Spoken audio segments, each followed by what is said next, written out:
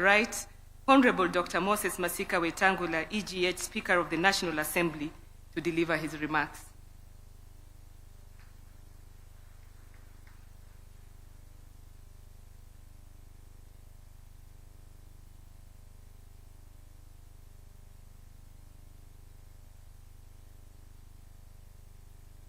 Thank you very much, Attorney General.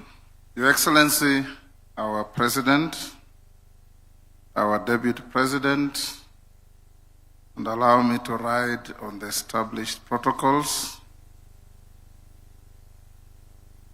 Congratulations to Your Excellency for setting aside this Katiba Day for our nation.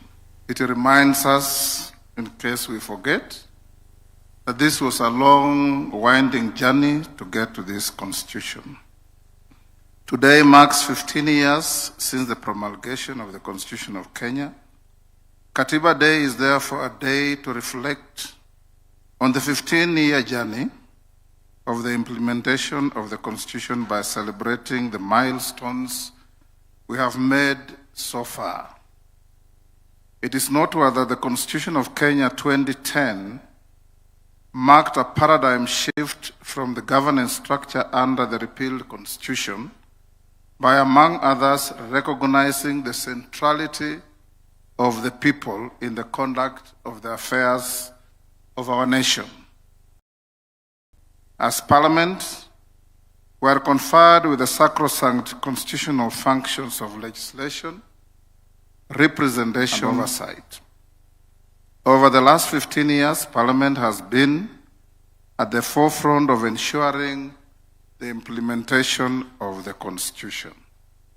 Your Excellency, ladies and gentlemen, looking at the 15-year journey, the following is a highlight of our key achievements as Parliament, more particularly the National Assembly. Parliament passed and enacted 63 bills to implement the Constitution as spelled out in the 5th schedule to the Constitution. The legislation included legislation on leadership and integrity, representation of the people, land and environment, devolved government, public finance, and the public service, among others. Parliament has also passed and enacted 471 bills that have promoted good governance and social and economic development of the country. The bills include the recently passed Anti-Money Laundering Amendment Bill 2025 and the Conflict of Interest Bill 2025, which are now acts of Parliament. Further, to implement the Bill of Rights under Chapter 4 of the Constitution, Parliament has enacted and passed several pieces of legislation to promote the fundamental human rights, including the right to the highest standard of health and the right to accessible and adequate housing, this being the Social Health Insurance Act and the Affordable Housing Act, respectively, among others. The National Assembly has, over the past 15 years, provided for the financing of the national budget through enactment of 13 appropriation acts. The new Constitution vests the budget process in the National Assembly. Your Excellency, ladies and gentlemen, the National Assembly appropriates resources that are essential for execution of constitutional and statutory mandates of various organs of government. Equally, funds have been appropriated to the NGCDF to fund various key national projects at the constituencies and to NGAF to fund affirmative action initiatives. As part of its mandate, the National Assembly has approved the ratification of 98 treaties and conventions in accordance with Article 26 of the Constitution and the Treaty Making and Ratification Act. This has ensured that the country's commitments to international obligations are informed by national interest. Your Excellency, ladies and gentlemen, under Article 10 and 118 of the Constitution, Parliament is obligated to ensure public access and participation. In this regard, post-2010 Constitution Parliament is more open and accessible to the public. For instance, in the last 2 months, we have hosted over 500,000 school children and many other visitors who have had an opportunity to not only appreciate how Parliament works, but also freely interact with their elected representatives within the precincts of Parliament. Parliament continues to facilitate public participation and involvement of the people in its legislative and other business through robust public participation mechanisms, including the use of e-technology, social media platforms, and public hearings at the constituency and county levels. Since the promulgation of the new Constitution, the National Assembly has received and considered 1,233 public petitions in furtherance of the right of every person to petition Parliament in terms of Article 119 of the Constitution. Your Excellency, ladies and gentlemen, the National Assembly has for the last 15 years vetted 199 state officers nominated for appointment to various state offices, including cabinet secretaries, principal secretaries, holders of independent offices and commissions, and diplomatic postings. The National Assembly has processed 3,427 questions and required cabinet secretaries to respond to questions in plenary on various matters of concern to the people of Kenya. In the last 15 years, the National Assembly has initiated and considered 18 impeachment motions, including impeachment motions against cabinet secretaries and holders of independent offices and constitutional commissions accused of violating the Constitution. This has ensured compliance with the guiding principles of leadership and integrity by state officers. Suffice to mention that we also considered a motion for impeachment of a deputy president. As part of Oversight, the National Assembly, through its watchdog committees, continues to examine the audited accounts of state organs to ensure the prudent use of public resources by state organs. Further, the Public Debt Committee of the National Assembly oversights the National Treasury to ensure responsible borrowing and compliance with the statutory public debt ceilings, which is an issue of concern to the people of Kenya. Over the period, the National Assembly approved 4 special motions for deployment of KDF in DRC Congo, within the country, and the deployment of the National Police Service to the country of Haiti.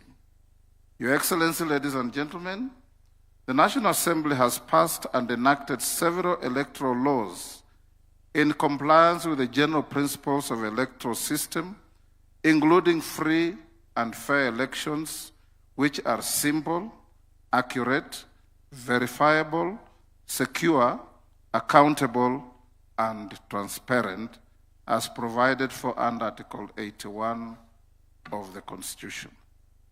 Additionally, the National Assembly has previously facilitated the selection and constitution of the IEBC, including the recent appointment of the chairperson and members of the IEBC.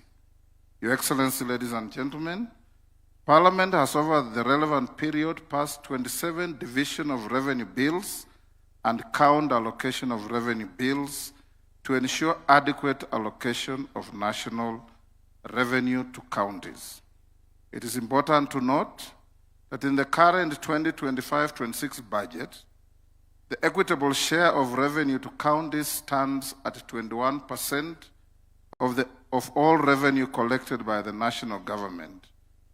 In real terms, the equitable share of revenue allocated to counties has grown from 190 billion in the financial year 2013-2014 to 415 billion in the financial year 2025-26, This is in addition to the conditional additional allocations, donor funds, and on-source revenue for our counties. The National Assembly also engineered the operationalization of the House of Senate and 47 county assemblies by extending training, capacity building, and provision of startup staff. This cooperation and collaboration remains a continuing engagement by the National Assembly and other legislative organs. Additionally, Parliament has in the past years played critical roles in promoting constructive dialogue on the issues of national importance. An example of such is the Building Bridges Initiative and the National Dialogue Committee process, commonly referred to as BBI and NADCO, respectively. Your Excellency, ladies and gentlemen, while the achievement of the 2/3 gender rule has been elusive, the country has recorded a progressive growth of elected women in various categories. From 16 elected women members of parliament in single constituencies in 2013 general elections, we now boast of 29 women members of parliament, not to mention the 7 women governors elected by the people of Kenya. We have also recorded a significant number of elected youth to the National Assembly, which stands at 46 in the current National Assembly. Similar impressive numbers have been recorded in all our 47 counties. The Constitution 2010 led to the establishment of a bicameral legislature and increased members from 224 to 418. To this end, Parliament has undergone several structural developments to cater for the increased membership, including construction of the office complex, namely the Bunge Tower, and other attendant facilities. Your Excellency, ladies and gentlemen, from the foregoing, Parliament has indeed made great strides and achieved key milestones in facilitating the realization of the aspirations of the people of Kenya under the new Constitution. Our Parliament has become an admirable and appreciable benchmarking center for many parliaments seeking to learn on best practices and ideals of parliamentary democracy born out of our 2010 Constitution. Going to the future, Your Excellency, it is necessary to enact a clear law that deals with the issue of public participation. The Attorney General, cooperating with Parliament, has a draft bill that is before the House, which is now being harmonized by the House Committee with 2 other bills that were drafted by individual members so that we can simplify and make public participation user-friendly, cost-effective, to avoid unnecessary and unhelpful duplex processes. On this particular matter, I have had discussions with Her Ladyship, the Chief Justice. I can give an example. We had a bill called the Sugar Bill. It started from the National Assembly, went through public participation, using public resources. Members of the National Assembly went all around the country to get bills, to get views from members of the public who will consume the product. We finish the bill, pass it on to the Senate. They start again the same round of public participation, going to meet the same people, pick the same views, spend the same resources from the same envelope, and if we don't do that, some Kenyan goes to court and the court say there was not adequate public participation. This is the reason why it is so important that we must have this law passed as quickly as possible, and I promise Kenyans that within the first 1 month of our resume from recess on 23rd September, this bill will be ready for presentation to the President for assent.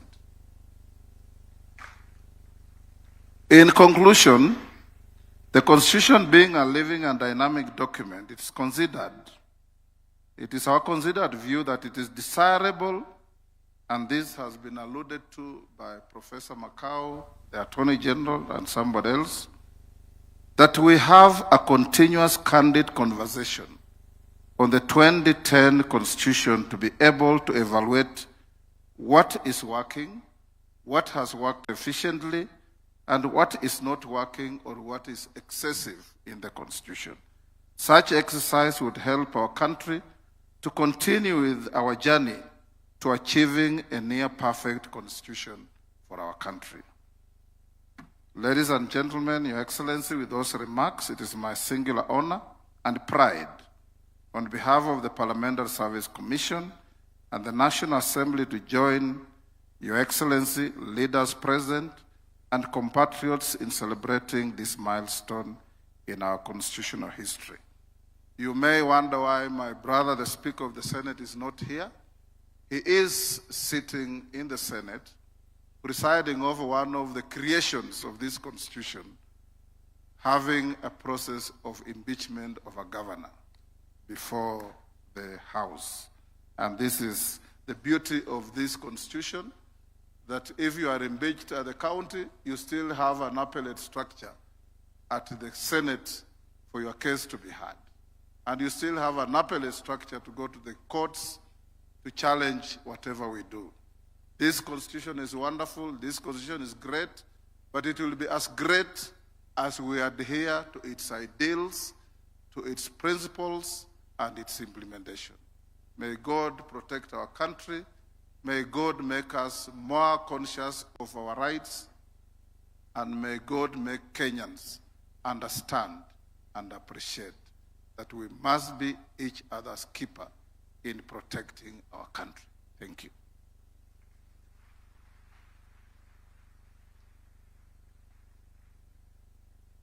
Your Excellency.